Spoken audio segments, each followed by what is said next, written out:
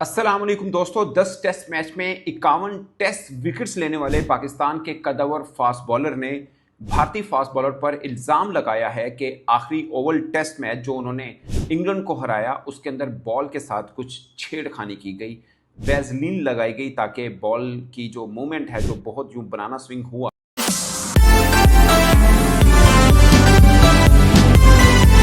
अस्सलाम वालेकुम दोस्तों। 10 टेस्ट मैच में 51 टेस्ट विकेट्स लेने वाले पाकिस्तान के कदावर फास्ट बॉलर ने भारतीय फास्ट बॉलर पर इल्जाम लगाया है कि आखिरी ओवल टेस्ट मैच जो उन्होंने इंग्लैंड को हराया उसके अंदर बॉल के साथ कुछ छेड़खानी की गई, वैज़लीन लगाई गई ताकि बॉल की जो मूवमेंट है, जो बहुत यूं बनाना स्विंग हुआ, वो हो पाए। यानी वैज़लीन के इस्तेमाल से भारतीय बॉलर्स ने ये कमाल कर दिखाया। ये पाकिस्तानी बॉलर एक फॉर्मर टेस्ट क्रिकेटर ये इल्जाम लगा रहे हैं। उनकी ट्वीट जो है वो मैं आपको पढ़ के सुना देता हूं, उसके बाद कुछ और चीजें जो आपके साथ डिस्कस करेंगे। पाकिस्तानी फास्ट बॉलर शबीर अहमद ने ट्विटर पर लिखा, I think India used Vaseline after 80 plus over, ball still shine like new, umpire should send this ball to lab for examine. But मैं एक और बात आपको बता दूं कि नया बॉल इंडिया वैसे भी ले सकता था, बट उन्होंने नहीं लिया। वो ले भी सकता था, उनके पास पूरी ऑप्शन थी।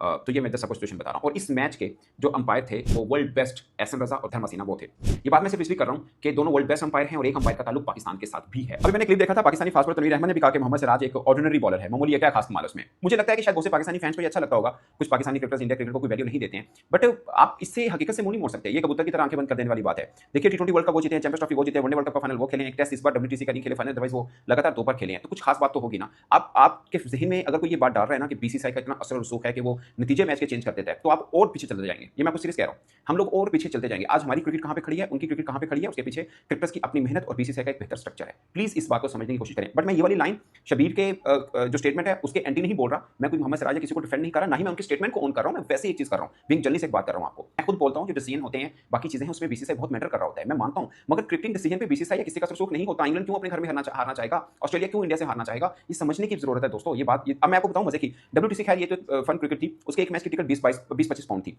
आखिरी दिन है, 35 रन से 4 विकेट्स हैं, मतलब बिल्कुल खत्म मैच था। ऑनेस्टली स्पीकिंग मुझे लगा कि इंग्लैंड आराम से ले जाएगा। उस दिन मैच की टिकट कितनी थी, उससे एक दिन पहले मैच की 125 पाउंड, 150 पाउंड, 200 पाउंड, ये मिनिमम वाली टिकट थी। क्योंकि मेरे बहुत से दोस्त बर्मिंघम से ओवल गए थे मैच देखने, उन्होंने मुझे बताया था ये मिनिमम वाली टिकट मैं आपको बता रहा हूं। सोचिए, टेस्ट मैच को देखने के लिए ये टिकट रखी हुई थी वहां पे। 100 पाउंड का मतलब पाकिस्तानी तकरीबन 40,000 रुपए बनता है। ये मिनिमम टिकट प्राइस मैं आपको बता रहा हूं। वजह क्या है, उनके लोगों को पता है। हम लोग भी अगस्त में अगले साल खेलने जा रहे हैं। आई होप हम अच्छा खेल पाए। इंग्लैंड में हम ओवरऑल सीना कंट्री में इंग्लैंड में सबसे अच्छा हम खेलते हैं। ओवल के अंदर 10 जीत में तकरीबन 6 पाकिस्तान की हैं। हम अच्छा खेलते आ रहे हैं, बट अब काफी अर्से से हम बुरी क्रिकेट खेल रहे हैं। आई होप कि हमारे यहाँ भी टिकट प्राइस इतनी ही हो, हमारे लोग भी खरीदने जाएं और देखिए इस भरोसे के साथ कि हमारी टीम भी इंग्लैंड को हराएगी नहीं तो कम से कम ड्रॉ जरूर करेगी। और मैं एक और आपको बात बता दूं, मैंने बहुत से पाकिस्तानी कुछ क्रिकेटर्स को फोन भी किया, क्योंकि मैं मतलब रेड बॉल के साथ क्रिकेट नहीं खेलता, जैसे उसको टेक्निकली समझने के लिए। तो उन्होंने बोला कि डोमेस्टिक क्रिकेट में अमूमन ऐसा हो जाता है कि वैज़लीन यूज कर दी जाती है ताकि बॉल को स्विंग मिल जाए, मगर इंटरनेशनल क्रिकेट में बहुत मुश्किल है। इंपॉसिबल नहीं है, बट बहुत मुश्किल है कि वैज़लीन का इस्तेमाल हो सके। खासकर इतनी नजर जब आप कैमरास की भी रहती है, जब अंपायर को भी टेक्निकली बहुत साउंड होते हैं वो, और उनको चीजों का अंदाजा होता है। इवन कि वो विकेट कीपर की मूवमेंट को भी चेक कर रहे होते हैं कि वो बॉल कौन से फील्डर के पास ज्यादा फेंक रहा है, वो ये भी चेक कर रहे होते हैं अंपायर्स। उनको इतने तजर्बाकार होते हैं, उनको ये भी अंदाजा हो रहा है कि अगर बॉल इतना स्विंग कर रहा है कि कोई छेड़खानी तो नहीं हो रही। तो कुछ चीजें जो पाकिस्तान जो कुछ क्रिकेटर से मैंने भी पूछी तो वो है। अब अगेन दोस्तों, शबीर साहब की जो बात है, वो खुद एक क्रिकेटर ने जो बात बोली, मैं ना ही उनके एलिगेशन को सपोर्ट कर रहा हूं, ना ही मैं कोई डिफेंड कर रहा हूं सिराज को। बट मैं ओवरऑल जो परफॉर्मेंस हुई टीम इंडिया की उसमें बता दूं,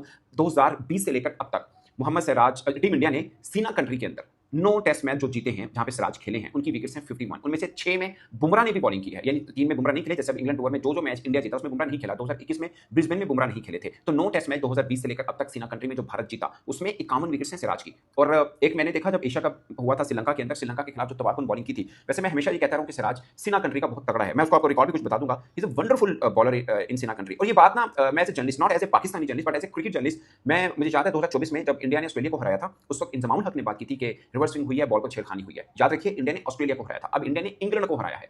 तो ये दो एक स्ट्रॉन्ग ओपोनेंट, कोई मतलब कंबोडिया नहीं थी या कोई जिम्बाब्वे या वो टीम नहीं थी, दोनों तगड़ी दुनिया की बेस्ट टीम्स थी जिनको इंडिया ने हराया। ये बात मैं सिर्फ इसलिए कर रहा हूं कि उनके अपने लेजेंड क्रिकेटर या फॉर्मर क्रिकेटर्स वो भी देख रहे होते हैं मैच, उनकी तरफ से किसी से ये आवाज नहीं आई है, ना इंग्लैंड की तरफ से कोई आवाज आई, ना ही उस वक्त T20 जब वर्ल्ड कप हो रहा था तो ऑस्ट्रेलिया के बड़े नामवर क्रिकेटर्स थे, तो उनमें से किसी की तरफ से कोई आवाज नहीं आई थी, पाकिस्तान की तरफ से आई थी।